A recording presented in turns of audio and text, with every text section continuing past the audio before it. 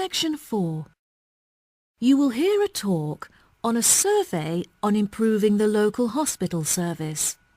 First, you have some time to look at questions 31 to 40.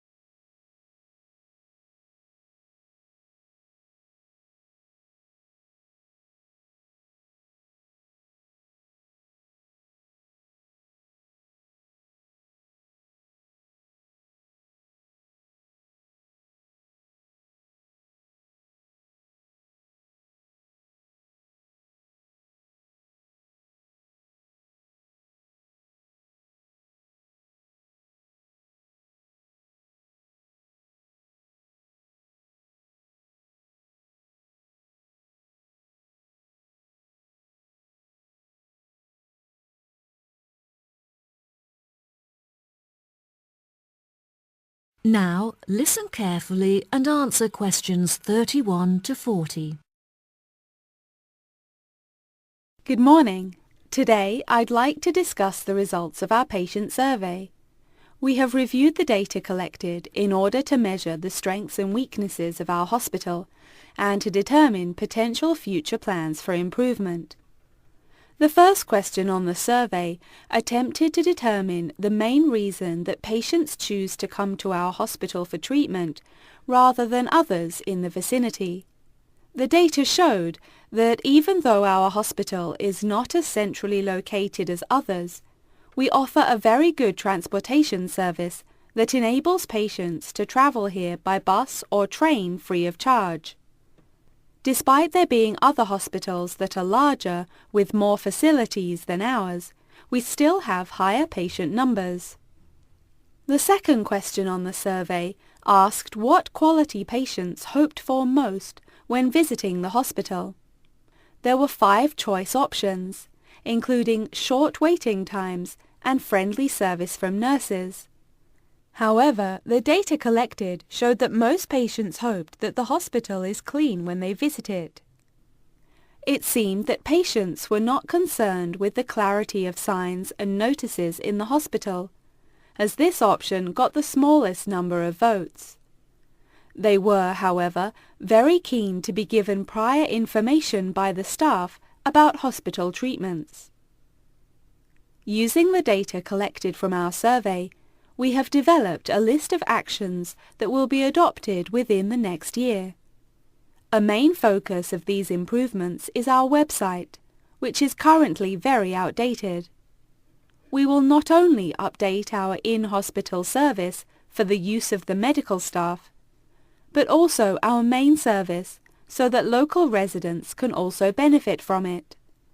We hope that this new service will attract a large number of new patients. It is clear from the feedback that many members of staff are unhelpful towards patients and inefficient when carrying out their tasks. We feel that some incentive is needed to boost motivation to perform better, and so we are implementing a system whereby staff will be awarded an extra bonus for their success. The member of staff who has received the most bonuses at the end of the year will be announced as Staff Member of the Year. We will continue to monitor progress on this issue through patient feedback forms, so that the opinions of our visitors will constantly be taken into consideration. Another issue that the survey has brought to light is the long delays experienced by visitors awaiting treatment, with some visitors reporting waiting times of up to 5 hours. This is unacceptable. We need to improve the effectiveness of communication between patients, doctors and staff, so we have decided to implement a ticketing system. This means that patients are seen on a first-come, first-served basis and will never have to wait more than 2 hours to be seen by a doctor. The final topic that I want to cover in the lecture is the recommendations that we have put forward for future improvements to the hospital. Firstly, we intend to be the first hospital in the country to build a new unit for those suffering from sleep disturbance, which is a relatively common illness affecting up to 6% of the population. Whilst we are a hospital primarily treating patients with illnesses and injuries, we cannot ignore the significant income that those in need of plastic surgery could bring to the hospital. We will, therefore, also be proposing a new ward to give patients access to this increasingly popular treatment. After much discussion about the quality and suitability of our equipment, we have decided that it is advanced enough to cope with the treatments that we offer, and that our spending should be directed to other areas where it will have a more significant impact. We feel that more effective planning is needed to improve the efficiency of the forms of communication that patients have with us.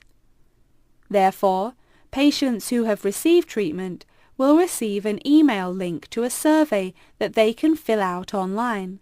This will eradicate meaningless paperwork and will also enable us to digitally monitor the data collected. Now, if anyone has any questions. That is the end of section 4. You now have half a minute to check your answers.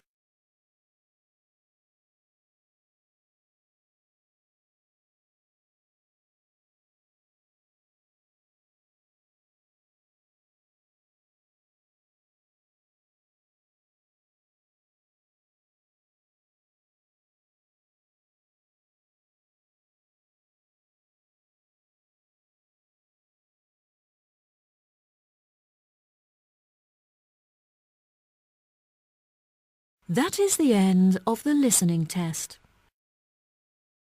In the IELTS test, you will now have 10 minutes to transfer your answers to the answer sheet.